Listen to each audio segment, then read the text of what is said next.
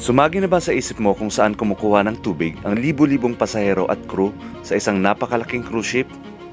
Tara, alamin natin. So may ilang paraan kung paano nakakakuha ng tubig ang mga cruise ship. Una, bago pa man umalis ang barko, pinupuno na nila ang kanilang mga tangke.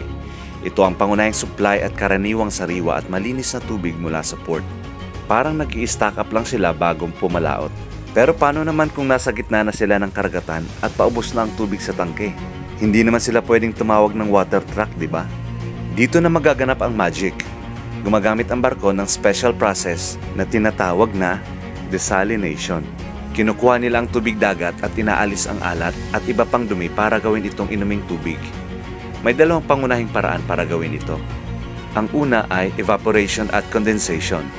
Iniinit nila ang tubig dagat hanggang sa maging vapor at naiiwan ang asin sa ilalim.